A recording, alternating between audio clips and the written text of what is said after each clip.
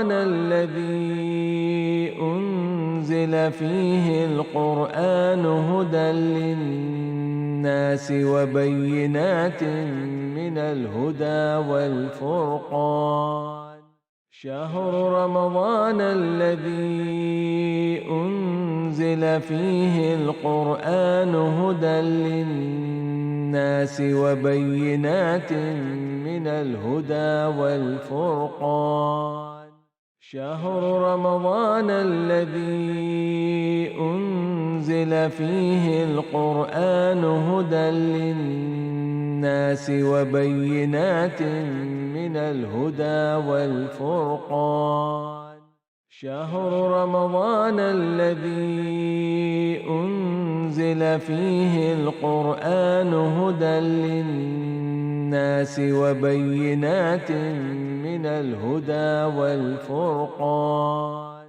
شهر رمضان الذي أنزل فيه القرآن هدى للناس وبينات من الهدى والفرقان شهر رمضان الذي أنزل فيه القرآن هدى للناس وبينات من الهدى والفرقان شهر رمضان الذي أنزل فيه القرآن هدى للناس وبينات من الهدى والفرقان شهر رمضان الذي أنزل فيه القرآن هدى للناس وبينات من الهدى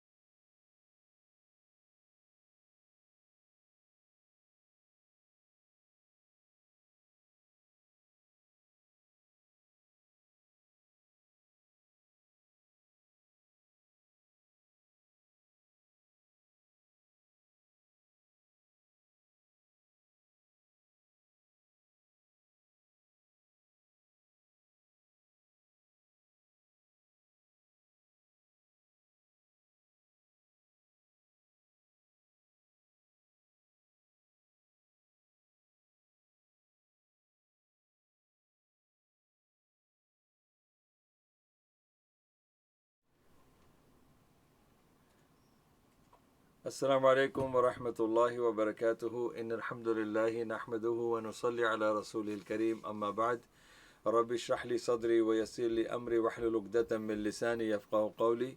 All praise be to Allah subhanahu wa ta'ala, the creator of the universe, and peace and blessing of Allah be upon Prophet Muhammad sallallahu alayhi wasallam and all those who follow his path till the day of judgment. Brothers and sisters, alhamdulillah, pray to Allah subhanahu wa ta'ala that may Allah give us sincerity to speak the truth in the light of the Quran and the Sunnah of Prophet Muhammad sallallahu alayhi wasallam, to understand them, to accept them in the hearts and to apply them in the life. Ameen thumma ameen. Also pray to Allah subhanahu wa ta'ala that may Allah give us a sincere iman, sound health and everlasting halal wealth. So now let me tell you, my brothers and sisters, as you see that it is a live show and you can put your questions in Urdu and English, and also you can see the number given on the screen 00447593229380, or locally it is 07593229380, and you can put your questions in Urdu, English and Arabic, alhamdulillah. So let me tell you, somebody was asking me that what was the common dua of Rasulullah or the advice whenever he used to give the speech. So this is something which I want to tell you, very important, my brothers and sisters. Whenever you sit in the gathering, or if somebody has requested you to, give any dawa or even to give a 5 minute talk, always read this ayah, Bismillah ar-Rahman ar-Rahim. يا أيها الذين آمنوا اتقوا الله حق تقاته ولا تموتن إلا وأنتم مسلمون. This ayah is very important. This is in Surah Al Imran, chapter 3 and verse 102. And this ayah says that, O you who believe, fear Allah as He should be feared, and die not but as Muslim. So, two things are there. Two main subjects are there. First is the fear of Allah, and second is dying as Muslim. Now, these two things are very, very important. You can say the garment of the human body. If these two things are not there in our body, then we can be worse than animals, because animals, subhanallah, they fear Allah. Animals fear Allah, and if we don't fear Allah, then we are worse than animals. And when it comes to the dying as believers, even the animals, they die as believers. They die as Muslims. Why? Because they die, and they will not die by doing something which is considered to be disobedience to Allah, or not submitting themselves to Allah. All the creatures of Allah subhanahu wa ta'ala, except two creatures, insan and jinn, all the remaining creatures of Allah, whether you see mountains, whether you see sky, whether you see trees and insects, mammals, you see wild animals, cattle, you see any creation of Allah subhanahu wa ta'ala beside human and jinn, they have no choice. That means they are obedient to Allah subhanahu wa ta'ala, willingly or unwillingly, even the angels. And specifically with regards to the moving creatures, which are angels, Allah did say about them that لَا يَعْصُونَ اللَّهَ مَا أَمَرَهُمْ وَيَفْعَلُونَ مَا يُؤْمَرُونَ. That these angels, they don't disobey Allah subhanahu wa ta'ala. لَا يَعْصُونَ اللَّهَ مَا أَمَرَهُمْ. The commands that Allah has given to them, they never go against those commands. And وَيُؤْمَرُونَ مَا وَيَفْعَلُونَ مَا يُؤْمَرُونَ, and they do only what they are told to do. That means they will not do anything more, or they will not do anything less. They will do only what they are told to do. But jinn and insan, Allah subhanahu wa ta'ala has said, La ikraha fi din. There is no compulsion in the religion. And La yukallifullahu nafsan illa wus'aha. Allah will not burden jinn or insan to do something which they are unbearable, which they can't do it, or they can't bear it. At the same time, Allah subhanahu wa ta'ala has said, وَهَدَيْنَاهُ نَجْدَيْنِ إِمَّا شَاكِرًا وَإِمَّا كَفُورًا. We have shown him, this man and jinn, we have shown them the two paths. Either they become, grateful to Allah by accepting the right path, or they become a disbeliever or ungrateful by choosing the path of shaitan. So, life of jinn, life of man is same with regards to the belief in Allah. So the ayah says, fear Allah as He should be feared. So this is the first subject. Now what does this mean actually? Fearing Allah subhanahu wa ta'ala means that when you speak, you should speak in a way that will, when you will be standing in front of Allah subhanahu wa ta'ala, you should not be in trouble. When you do your actions with your hands, you should do your action with the hands that will be, rewardable, not something that on the day of judgment you will be asked for what you have done with your hands. Same thing, everything that you do, all the aspects of your life, whatever you do, you have to fear Allah subhanahu wa ta'ala in that. This is the first thing. And the second part, it says that die not but as Muslim. What does this mean? Does it mean that all those Muslims who believe in La ilaha illallah and they fornicate, they have sexual relationship with the opposite sex, or they are alcoholic, or they are, dealing with the drugs, killing, murder, cheating, crimes, and if they die in that status, you think they are dying as Muslims? No. Dying as Muslim means, if you understand the word Muslim, it means that you are dying in a status where you were doing something to obey Allah, something that you were doing which Allah has told you to do. One of the examples is that a person, when he dies in the sajda while praying namaz, this is the death of a Muslim. When a person is, being stabbed by someone, because he was protecting some other's life, innocent people's life, and he was killed. This is the death in the life of Allah, in the path of Allah, life of a Muslim, death of a Muslim. So this is what actually it means, that when you die, and you are dying in a way that the angel of death is taking your soul when you are disobeying Allah, that's not the death of a Muslim. No. Death of a Muslim is that angel will take your soul in the status where you are doing something good, something that is asked by Allah subhanahu wa ta'ala to do good for it. Okay, so my brothers and sisters, the second part of this, two parts, that you fear Allah as He should be feared, and die not but as Muslim. Now if we combine these together, fear of Allah and death as a Muslim, I'll give you one practical example to that. A man or a woman, he or she is inside a room, and they both are non-mahram. They are not husband or wife, not mother and son, and not brothers and sisters, not father and daughter. Strangers. They are alone. No CCTV. Nobody is there to see them. Nobody is watching them. And they have a full opportunity to do haram if they want to, get into sexual relationship. This is the situation. In this situation, a man or a woman, they fear Allah and they say, no, if nobody is watching us, no problem, but Allah is watching us. And they die in that status. This is the death of a Muslim. This is the death of a person who feared Allah in its privacy, he or she.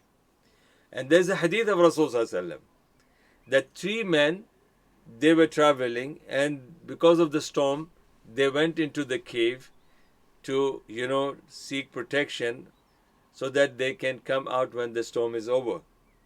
And because the storm was so strong that a piece of rock came down from the mountain and covered the mouth of the cave, and these three people got stuck in that. Now the whole story is a very lengthy story in the hadith, but I will talk only about the fear and the death. I will talk about the fear and the death. Fear of Allah and dying as a Muslim. Subhanallah. You have to remember this. It's a good topic, and it's a good question asked by a brother, that what is the ayah that Rasulullah always used to read this in his every speech. So I said that you also should read this ayah. Ya ayyuhalladhina amanu taqullaha haqqa tuqatihi wa la tamutunna illa wa antum muslimun. O believer, fear Allah as He should be feared, and die not but as Muslims. So I've given the explanation of fear of Allah, and I also given the explanation of dying as a Muslim. But I'm combining this as one, and giving you one of the examples. Example of those two people, one man and woman in the dark. They don't want to do haram because they know that Allah is watching them. And if they die in that status, they will die as Muslims because they fear Allah, because nobody is watching them except Allah. So they fear Allah and they don't do haram, and they die in the status of obedience to Allah subhanahu wa ta'ala. Now, there's a hadith to that as well. Rasul sallallahu alaihi wasallam said that these three men, when they got stuck in the cave, they have no choice. They didn't have mobile phone or any internet access to call the parents, or to call for the help, or call for ambulance, or anything, the fire brigade to take any rescue team. What they did, pay attention to this. Their rescue weapon was dua to Allah. And what did they say in the dua? Again, a big lesson to this. They said to each other, look, this could be a trial from Allah or test from Allah, so let's remind ourselves of anything good that we have done. I always tell my children to be calm and humble and down to earth and soft to the people's hardship, because they should not give negative compliments to the people who are suffering. I advise. So this is, inshallah, my family is watching. Definitely my family is watching me. So I tell them, and this is the example, these three people, they would die after some time. And maybe some historians would come and open the cave, they'll just find the skeletons and skulls and all that. But look what they said. They said to each other, man, let's pray to Allah. And we give Allah, we make request to Allah subhanahu wa ta'ala that if ever we have done any good deed in our life, which was pleased to Him, which was accepted by Him, and then we will tell Allah, Allah, based on that good deed which you have accepted from us, make a way for us to come out. One was obedient to the father, mother, and that, mashallah, he remembered his story, how he used to serve them, and then slightly the mouth of the rock came out. So that was one person. The other person was, he hired some people to work for him, and then he gave the wages to two people, and the one left without taking the wages, and then this man collected that, they saved the wages of this person, invested in the business, and then made a huge amount of money, like you can say in millions and millions. And then when this man came to ask for his wages, he gave him all his the income and the what do you call, the profit through the business investment. He gave to him, and he said, this is all yours because I used your wages as investment, and this is what I got from it. So it's all yours. This is the second person. Allah liked his act, and Allah removed him, removed a little bit, the mouth of the cave opened a little bit more. But still they were unable to come out. Now the fear and death together, this is one of the stories here. The third man said to him, said to Allah subhanahu wa ta'ala, Ya Allah, I was a rich man, and I was fallen in love with my cousin sister. And I always try to, provoke her and invite her to have relationship with me, even for one night. And I would give her whatever she wants, because she is my cousin, but she is a poor woman. She is in need of financial support. She had to support herself and the family. And all the time she was rejecting it. And one day she was in a desperate need. She came to me. And she gave up.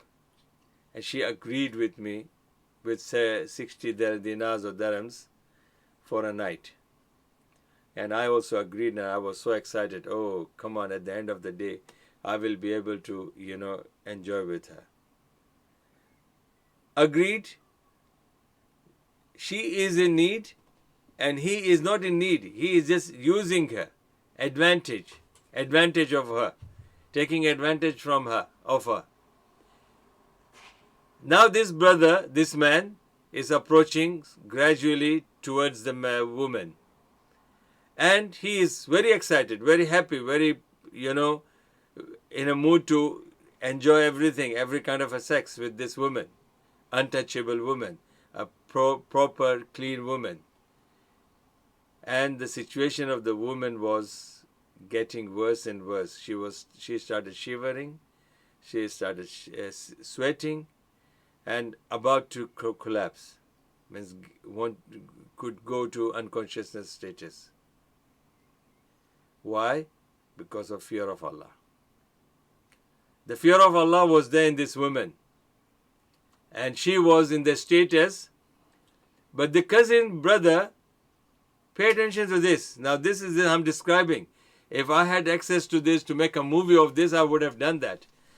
And this cousin brother, he was noticing that this girl, she came with all that agreement and everything, and she was normal when she said to me, but what's happening to her? Why is that her situation like that?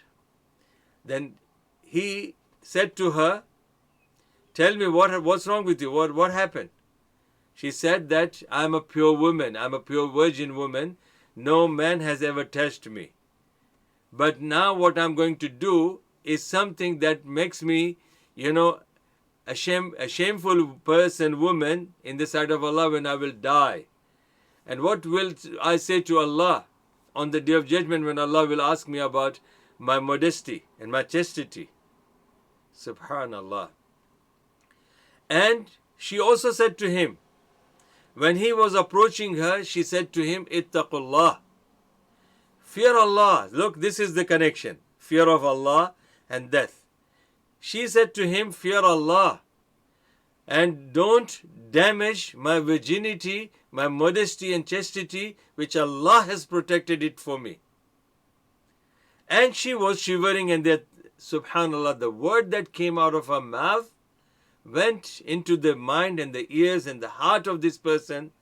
And he said to her, if you have done nothing so far which could make you shameful in front of Allah, and you are in this status, yet you have not done anything wrong, and you are in this situation, and you are so much concerned about Allah's fear and dying and facing Allah, what about me? I have enjoyed everything without even thinking whether it is halal or haram, or I never feared Allah. And he said to her, take this money and go away from me, from my eyesight. I will never ever approach you with the evil intention. She left. She has gone.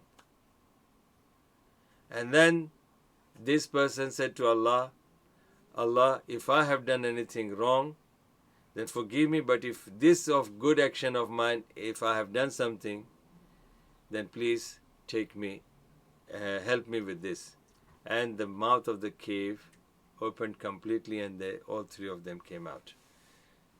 Similar hadith, which is reported by Imam Muslim rahmatullah alayh, and Imam Nawawi rahmatullah alayh also has mentioned in his one of the sharh of Sahih Muslim, the story of a pious man.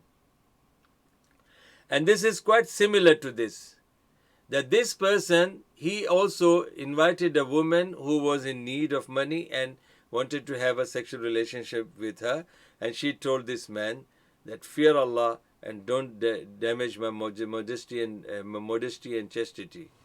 And this man got feared, got scared of Allah, Allah's name, and he did not say anything and said to her, go and inshallah take whatever you want, I will not approach. And then the hadith says, this is a different story, as I said, this man, he died that particular night. He died that particular night. And when the angel of death took the soul, they took the soul while he was in the status of obedience to Allah. And the next morning, people knocked at his door to see him, because that was could be a normal routine for him to come out and greet people or meet people. So this time he didn't come out, so people came to his door and knocked at the door, and it was written at the door by the angel that Allah has taken his soul in the status of Muslim, and he is a man of the Jannah. Allahu Akbar. And I don't like to narrate stories which are untrue, okay? So I'm telling you the true story. I read it, alhamdulillah, it's an authentic story and real hadith of Rasulullah which he said to us. So my brothers and sisters, it seems to be that there are, people, they don't have, very few people are watching the show. And I think I didn't see any questions has been asked. Sheikh Salam, is it permissible to get a nose piercing? It depends upon the intention. I always used to say that if you think that piercing of the nose is just to add your own beauty, and it has got nothing to show off or invite the opposite sex, and you are not in an environment where this can become a source of temptation for the opposite sex, for the man, then it is allowed. Otherwise, if that can become a source of temptation for the opposite sex, or even same sex, today in this country everything is okay, sex between same sex and sex between same men and men and woman, so it could be woman attracted to the another woman because of this kind of makeup or this kind of adornment to the body. So this is in that sense you are right person to know what is your intention. Generally in Islam it is allowed. Generally in Islam it is allowed, because there is a hadith of Rasulullah in Sahih Bukhari that Rasulullah sallallahu alaihi wasallam delivered the Eid khutbah to the men. he was, after the Eid prayer, he went to the men's side. He gave a speech to the men, and then he went to the female side and he gave a speech to them as well. And he told them that, "O women, Allah has shown me the hellfire, and in that hellfire I have seen that the majority of the people of the hell were the women. And the reason that why the women were in the hell, not because they were disbelieving in Allah, but they were always ungrateful to their husbands. They were always ungrateful to their husbands." So he advised them. Now this is the question with regards to the piercing of the nose, that it is permissible in Islam. This is the point here. When Rasulullah told them that fear Allah and give sadaqat and zakat, so that alhamdulillah you will be saved and protected from the hellfire. So the hadith says in Sahih Bukhari that the women, they had some gold in their nose, they removed the gold from the nose. Women, they had golds in their ears, they removed the golds from the ears. Now they won't be having some special type of glue to stick their gold there. It has to be pierced one. Could be piercing in the ears, could be piercing in the nose. So they were using those ornaments and adorning their body. So this is the example, and based on that I can say it is halal, inshallah. Wa alaikum assalam rahmatullahi wa barakatuh. Is it Laylatul Qadr today? Tonight, not today, tonight. It will be at night. Yes. What is this night? This night is a night which is a night of power, night of decree, night of Allah subhanahu wa ta'ala has said, "Inna anzalnahu fi laylatil qadr, wa ma adraka ma laylatul qadr, laylatul qadri khayrun min alf shahr, tanazzalu al-malaikatu war-ruhu fiha bi-idhni rabbihim min kulli amr, salamun hiya hatta matla'il fajr." It means that this is a powerful night, and angels, they come, yes, tonight, yes. Angels, they descend from the first heaven to the earth, and they renew the records of the life of the people, death of the people, the calamities and blessings and mercy. Everything has been recorded this night, and they send the blessings, they send the mercies, they send forgiveness. They do all the good things that Allah wants them to do with regards to all the system of the universe. And this is from the dawn today, from the Maghrib till the Fajr, the dawn, sunset to the dawn. This the angels will do. With regards to ourselves as humans, Rasulullah has said that we should worship in this night as many ways, and as many, like from the Sunnah, we have to do the ibadat of Allah subhanahu wa ta'ala, keeping ourselves awake. And if you are a man, then you should keep yourself awake and do ibadah of Allah. And if you are a woman, then the same thing. And if you are a head of the house, then you wake up your families, your children, your wife, your husband, or whoever you are, and you wake them up and then let them do the ibadah. The maximum ibadah, there is no limit. You can read Quran, you can read sunnahs, you can read tasbih, you can do any good thing that you want. You can also learn your sabak if you have some religious classes that you have to attend and revise. All these things are part of this great night. Also, Aisha radiallahu ta'ala anha, she asked him, "Ya Rasulullah, what should we do in this particular night in a nutshell, like it's the easiest way or minimum?" Then he said, "Ya Rasul," he said to Aisha, "Aisha, say to Allah, Allahumma innaka afuun tuhibbul afwa fa'fu anni." Oh Allah, you are oft forgiving, you love forgiveness, so forgive me. So this is a very serious dua the believer will make. And I said in my khutbah, please listen to my khutbah today, it's already been uploaded. And this is what I have explained, the 10 significance of last 10 days of Ramadan. That's the topic today of my khutbah. Significance of last 10 days of Ramadan. So this is a very important mashallah, speech, which is very, very important. You can, alhamdulillah, watch this and you will, inshallah, benefit from that. So also you can send this link to others as well. So this is something which is very important for Muslim, and it is also, inshallah, give you the complete answer to the question. Now, all those brothers and sisters who are watching this program of mine, they can click on this link and inshallah they will get the answer to this question, that what is Laylatul Qadr. I've explained three things in this, that what people, what men, women should be doing in this 10 days, and also what they have to do in the Laylatul Qadr's night, and also the third thing is that the rulings of the i'tikaf.